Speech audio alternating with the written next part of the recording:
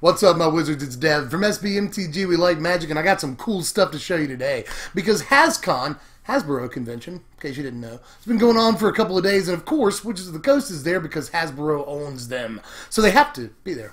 But it's given them the chance to show us a bunch of cool stuff from upcoming things. Like, for instance, we got to see the unstable lands. I'll show those to you in a second. They're painfully gorgeous. We also got to see an Ixalan preview today that looks pretty neat. I'll get to that first. And the main attraction, we got to see a lot of cards from Iconic Masters, like 150 of them. So many it'd be tough to go through in one video, so instead, I'm just going to give you my 10 favorites. That's a lot to cover, so I'm going to go ahead and jump into it.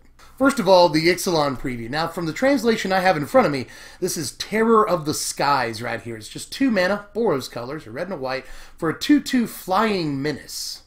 I'd say this is a pretty sweet creature right here. Like, it's almost unblockable. You have to have 2 flyers to actually block this thing. That's, for just 2 mana, a 2/2 flyer is already good enough, but then you slap Menace on it, and you make it deal 6 or 8 damage over a game, almost certainly, unless they can kill it. Which this does die to Fatal Push, and Shock, and Magma Spray, Lightning Strike, Harness Lightning, Abrade, whatever, but it's still a really, really, really aggressive creature in Standard.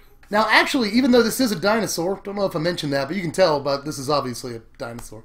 Even though this is a dinosaur, I actually don't know that it goes into the Naya Dinosaurs deck. Hear me out. That deck is not looking like it wants to reliably have to produce, like be forced to produce white mana by turn 2. It definitely looks like white is the splash color in that deck, and I don't know that it just wants to have to produce white on turn 2 reliably. Not only that, but when it comes to dinosaur decks, there's a lot of stuff that occupies the same slot, you know, the 2-drop slot, that I'd probably rather play. Like, we want to play Drover the Mighty in that deck to ramp. We also want to play the new Huntmaster thing, I forget the name, Otepic Huntmaster, that's it, to help us ramp. And we might even want Pillar of Origins for extra ramp, the 2-drop slot. So I'm just not sure that the deck can afford to play all these 2-drops and add this in as well. But it doesn't necessarily have to be in dinosaurs, obviously, just a really aggressive, like, Boros deck. Absolutely, this is one of the best 2-drops that we'll see in Standard for a deck like that.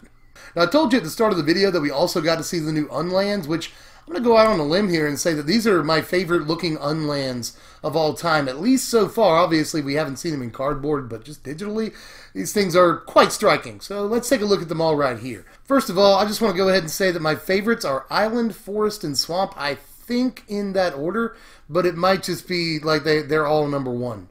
If I had to establish an order, I'd say Island, Forest, Swamp, which is not to say that Plains and Mountain don't look good or anything. They look quite good. But honestly, Island, Forest, Swamp look incredible.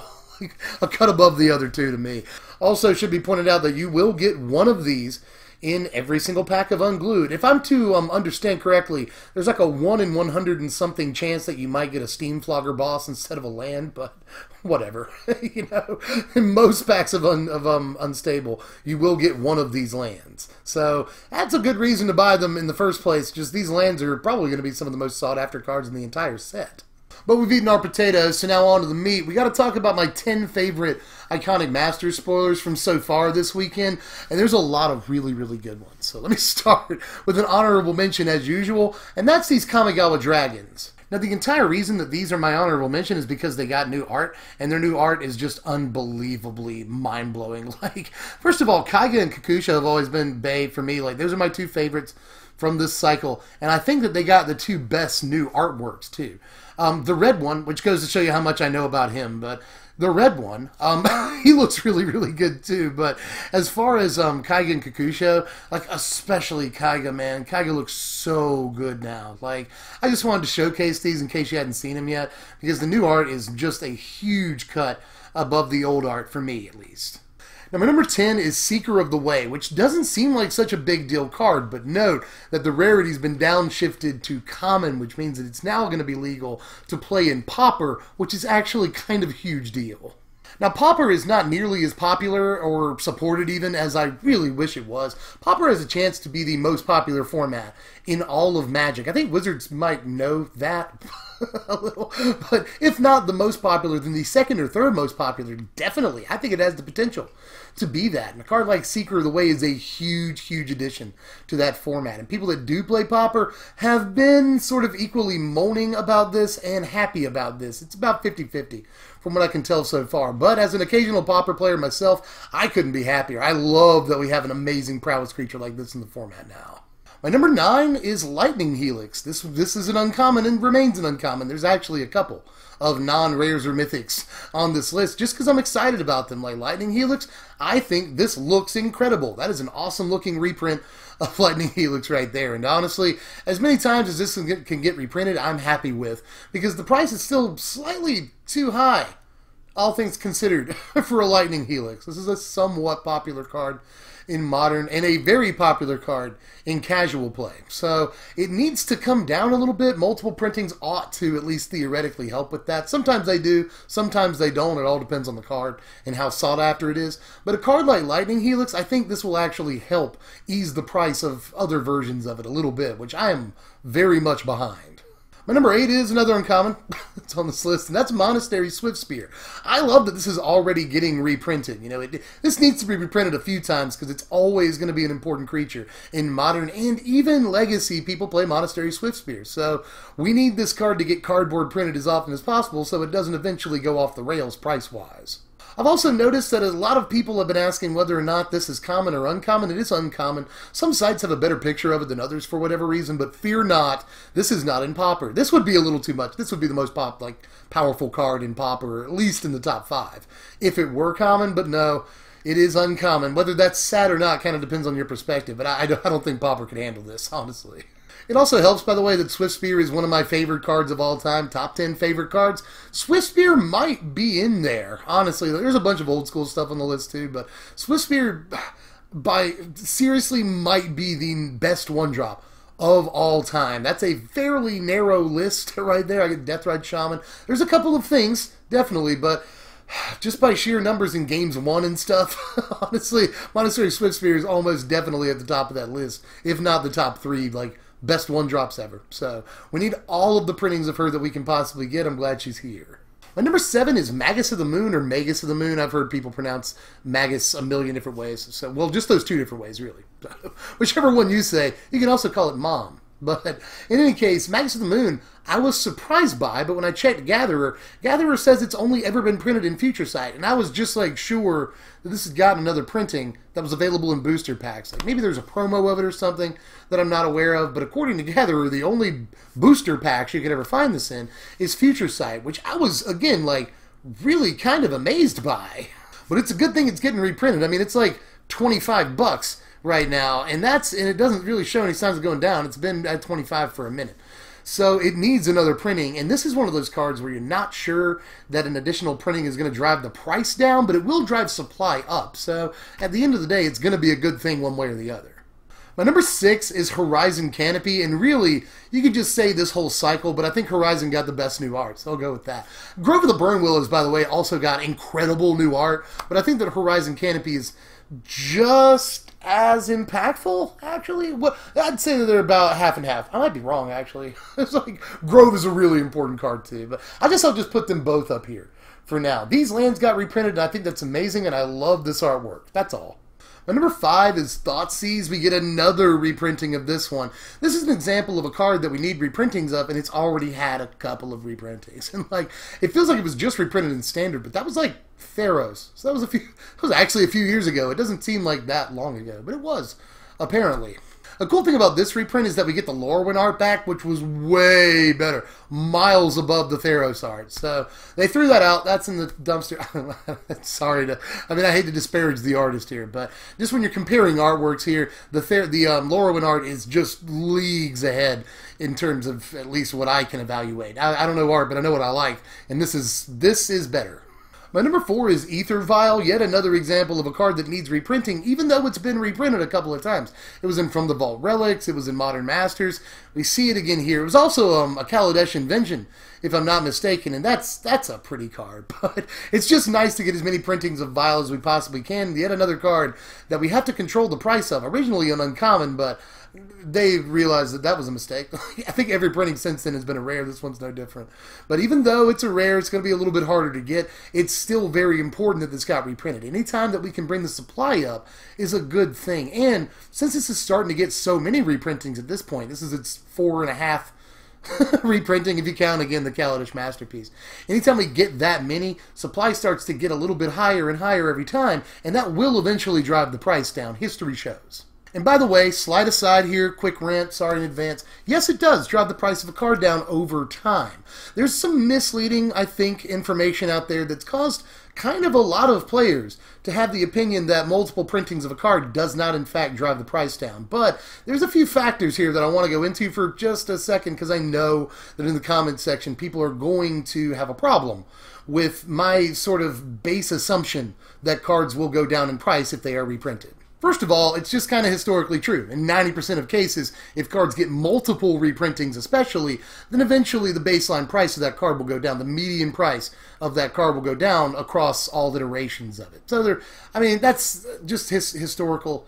But at the same time, a lot of times, card values will hold, at least for the first few months, for a few reasons. Renewed interest in the card being a big one. You know, for instance, Ether Vial just got reprinted. Well, the value of that card might not go down like right away because, again, it just got reprinted. More exposure, more value for the card because there's renewed interest in it from people that have never played it or seen it before, or people who think they can go ahead and pick up their copy now. That's going to drive speculation up, thus keeping the price afloat. But after hype dies down for the set, it's been out for a while, a lot of it's been opened, that's another thing, enough of the set gets open, and the prices will drive down because there's more supply, which is a basic economic principle. The more supply there is, the price should go down, which again has proven historically true. Now, there are a couple of cases where there are cards that are extremely rare or very, very sought after that only have 1 or 2 reprintings, and sometimes that will not end up driving the baseline price of the card down because the demand is so high to begin with. Right? But once a card starts getting 4 and 5 printings, supply will end up matching demand, and that should drive the baseline price down. Yet another sort of basic economic principle. If you increase supply, but you don't increase it to the demand, then of course the price won't go down. But if you increase supply to match demand, that should drive the baseline price down, and often does. Anyway, in rant, and I apologize for that. I didn't even know I was going to do it when I started recording. I felt the need to do it in the moment because I'm pretty sure a lot of people are going to be like, prices don't go down when you reprint cards. And historically, that's not true. 90% of the time, yes, over multiple reprintings, they will go down. I could do a whole video about that, but I'm not. I'm just going to continue on with this video and show you number 3, Ancestral Vision. Now, Ancestral Vision is an interesting case. It's been printed 3 times, twice in dual decks of all things, and it still holds a price of about $50 across all printings of it. But again, I think in this case, that's because supply has not reached demand. There is still a lot of demand for this incredibly popular and played card in a couple of different formats. So, of course, the price is held because, again, I don't think supply has matched demand. But a printing in a set like Iconic Masters is going to go a long way towards helping out with that, especially considering I feel like a lot more of this is going to get opened than the dual decks did. Dual decks are a fairly popular product, but at the same time, they're not a product that sees an enormous print run. Something like Iconic Masters will see a greater print run and will probably be opened way more just by people drafting at a table. So I think this may end up being the most opened version of this card, which should theoretically drive the price down across all iterations, but at the same time, this is the only one with different art, and the art is absolutely breathtaking. So who knows? Within a couple of months, this might be the highest priced Ancestral Vision on the market. We'll have to wait and see about that. It's definitely the most gorgeous. I got sick of looking at that weird pyramid thing after a few years, so I'm glad that we finally got something else to look at while this is in suspend, at least. Now, my number 2 is purely nostalgia in every way.